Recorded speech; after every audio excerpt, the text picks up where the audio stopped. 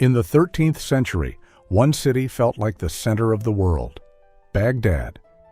It was a place famous for holding 1 million souls, though modern historians believe the true number was probably closer to half that. For 500 years, its streets hummed with poetry, and its libraries held the collected wisdom of ages. It was the glittering, beating heart of the Islamic Golden Age, a beacon of civilization that shone across the known world. But on the horizon, a storm was gathering, a force of nature that had already brought empires to their knees, a horde that moved with the speed of the wind and the fury of a wildfire. In the year 1258, that storm would descend upon the City of Peace, bringing a week of fire, blood, and terror that would drag a golden age to a cataclysmic end. This is the story of two worlds colliding, of a caliph's pride and a Khan's ambition. This is the story of the day the Mongols burned a city of legend. To really get the sheer scale of the disaster, we first have to understand what was lost. This wasn't just any city. This was Madinat al-Salam, the City of Peace. Founded in the 8th century, it was built as a perfect circle, a masterpiece of urban planning with the caliph's magnificent palace at its very center, as if the world revolved around it. And for a while, it did. Baghdad was the epicenter of a cultural and intellectual explosion the world wouldn't see again for centuries. Its markets overflowed with silks from China, spices from India, and furs from the far north. Its hospitals were the most advanced on Earth. Its astronomers mapped the stars with breathtaking accuracy, and its mathematicians gave the world the very numbers we use today. At the heart of this intellectual universe were Baghdad's legendary libraries, chief among them the famous Bait al-Hikmah, the House of Wisdom. For centuries, this and other academies were vibrant hubs where the greatest minds of the age, Muslim, Christian, and Jewish, gathered to expand human knowledge. Here, the works of Aristotle and Plato were not just preserved, they were translated, studied, and built upon. Scholars like Al-Khwarizmi pioneered algebra within these halls, while polymaths debated philosophy, medicine, and the nature of the cosmos. Baghdad was the custodian of human intellect. But by the mid-13th century, the glittering heart of the Abbasid Caliphate had grown complacent. The dynasty was a shadow of its former self, and its ruler, the 37th Abbasid Caliph, Al-Musta'sim Billah, was not a titan of his age. History paints him as a man lost in past glories, more interested in his exotic bird collection than in the tedious business of statecraft. His court was a nest of vipers, and he neglected his military, allowing the once mighty Abbasid army to wither. The great walls of the city, damaged by recent floods, had fallen into disrepair. Al-Musta'sim was a steward of a priceless treasure, blissfully unaware that a thief with fire in his eyes was marching toward his door. That fire was coming from the east. For half a century, the Mongol Empire, forged by the will of Genghis Khan, had been rewriting the map of the world in blood. They were a disciplined and utterly ruthless military machine that saw surrender as the only virtue and resistance as a crime punishable by total annihilation. The man leading the charge into the Islamic world was Hulagu Khan, a grandson of the great Genghis. His brother, the great Khan Monka, had given him a terrifying mandate: extend Mongol dominion to the shores of the Nile. To do it, he was given perhaps the largest Mongol army ever assembled. 1 out of every 10 fighting men in the entire empire was conscripted into his force. This wasn't just horsemen, it included 1,000-strong corps of elite Chinese siege engineers, masters of destructive technology unknown in the West. Before turning to Baghdad, Hulagu first crushed the Order of Assassins, a sect whose mountain fortress of Alamut was thought to be unconquerable. The Mongols' advanced siege craft shattered the fortress, sending a shockwave across the Middle East. If Alamut could fall, what hope did anyone have? The storm was no longer on the horizon. It had arrived. The first test came when Hulagu, preparing his campaign, demanded that Caliph Al-Musta'sim contribute troops to the Mongol army, a standard practice to gauge submission. The Caliph, blinded by his own sense of importance, refused. To the Mongols, this wasn't a diplomatic slight, it was open defiance. With the assassins destroyed, Hulagu sent his final ultimatum to Baghdad. The message was a promise of annihilation, written with the chilling poetry of absolute power. Hulagu warned, "When I lead my army against Baghdad in fury, whether you hide in the heavens or on the earth, I will bring you down from the spinning spheres. I will turn your city and your land and your empire into flames." The Caliph's response was a masterclass in suicidal arrogance. He blustered that an attack on the capital of Islam would provoke the wrath of the entire Muslim world. He wrote as if lecturing a minor chieftain, but it was a hollow threat.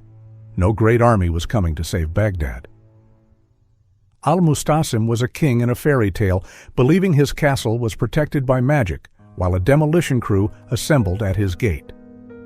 In November 1257, Hulagu gave the order to advance. His forces moved in several columns, a great net closing around Mesopotamia, trapping Baghdad between two iron jaws. On January 18, 1258, the Mongol vanguard appeared. They immediately began constructing a vast palisade and a deep ditch, completely encircling the city. Baghdad had become a cage. Inside the walls, the Caliph's army, maybe 50,000 strong, sorted out to meet them. The Mongols feigned a retreat, luring the Abbasid cavalry forward. Then the trap was sprung. Upstream, Mongol engineers broke dikes and canals, flooding the ground behind the Caliph's army and turning the battlefield into a quagmire. Trapped and bogged down, the Abbasid soldiers were systematically slaughtered. On January 29th, the siege began. The air filled with a symphony of destruction. Hulagu's Chinese engineers had assembled a fearsome array of siege weapons. Massive catapults hurled projectiles day and night. Finding a shortage of large stones, they cut down entire groves of date palms and launched the massive trunks like battering rams. Naphtha throwers launched pots of flammable liquid, turning defenses into infernos. The focus of this relentless assault was the Ajami Tower on the southeastern wall. All the while, arrows rained down on the city, carrying promises of safety for Christians, certain merchants, and anyone who didn't take up arms, a psychological campaign to shatter the city's will to resist. The noose was tightening. The end was near. After 6 days of unrelenting bombardment, the Ajami Tower crumbled on February 1st. Though defenders fought back with desperate courage, it was a fatal wound. By February 4th, Mongol forces controlled the entire eastern wall. The city was now indefensible. A frantic Caliph Al-Musta'sim tried to negotiate, but it was too late. Hulagu, who had been threatened and spurned, was no longer interested in anything but total victory. On February 10, 1258, the Caliph gave in. Followed by his sons and a procession of about 3,000 officials and scholars, Al-Musta'sim surrendered himself to Hulagu Khan. Hulagu then made a cruel request. "Tell the people of the city to throw down their weapons and come out so that we may make account." The Caliph complied, and thousands of unarmed soldiers and citizens marched out. Once they were helpless, the Mongol soldiers fell upon them and butchered them where they stood. On February 13th, the signal was given. The Mongol horde was unleashed on Baghdad for a week of slaughter. Hulagu had given orders to spare the Christian population, a concession to his influential Christian wife, Dox Khatun, as well as certain other groups. The rest of the city's population was given over to the sword. Men, women, and children were cut down in the streets and in their homes. The numbers from chroniclers are staggering, with claims ranging from Hulagu's own estimate of 200,000 to others claiming over 1 million perished. The stench of death became so unbearable that Hulagu had to move his own camp upwind from the city. Palaces, hospitals, and mosques were put to the torch. But the greatest tragedy was the destruction of Baghdad's great libraries. The accumulated knowledge of half a millennium, countless irreplaceable manuscripts on medicine, astronomy, philosophy, and history, was systematically destroyed. Thousands of volumes were thrown into the Tigris River. The chroniclers who were there left a powerful image, true or not. They said the river ran black with the ink of dissolved books, and that so many were dumped in the water a horse could walk across the floating manuscripts. In 1 week, a universe of thought was obliterated. It was the symbolic death of the Golden Age. The final act was the execution of the Caliph. The Mongols believed it was bad luck to spill royal blood on the earth. So, on February 20th, Al-Musta'sim was wrapped tightly in a carpet and trampled to death by horses. With his death, the 500-year reign of the Abbasid Caliphate in Baghdad was over. The consequences were profound. The destruction of Mesopotamia's vast irrigation canals devastated the region's agriculture for centuries. Baghdad, once one of the richest cities on earth, was reduced to a provincial backwater, its importance eclipsed by Mongol centers like Tigris.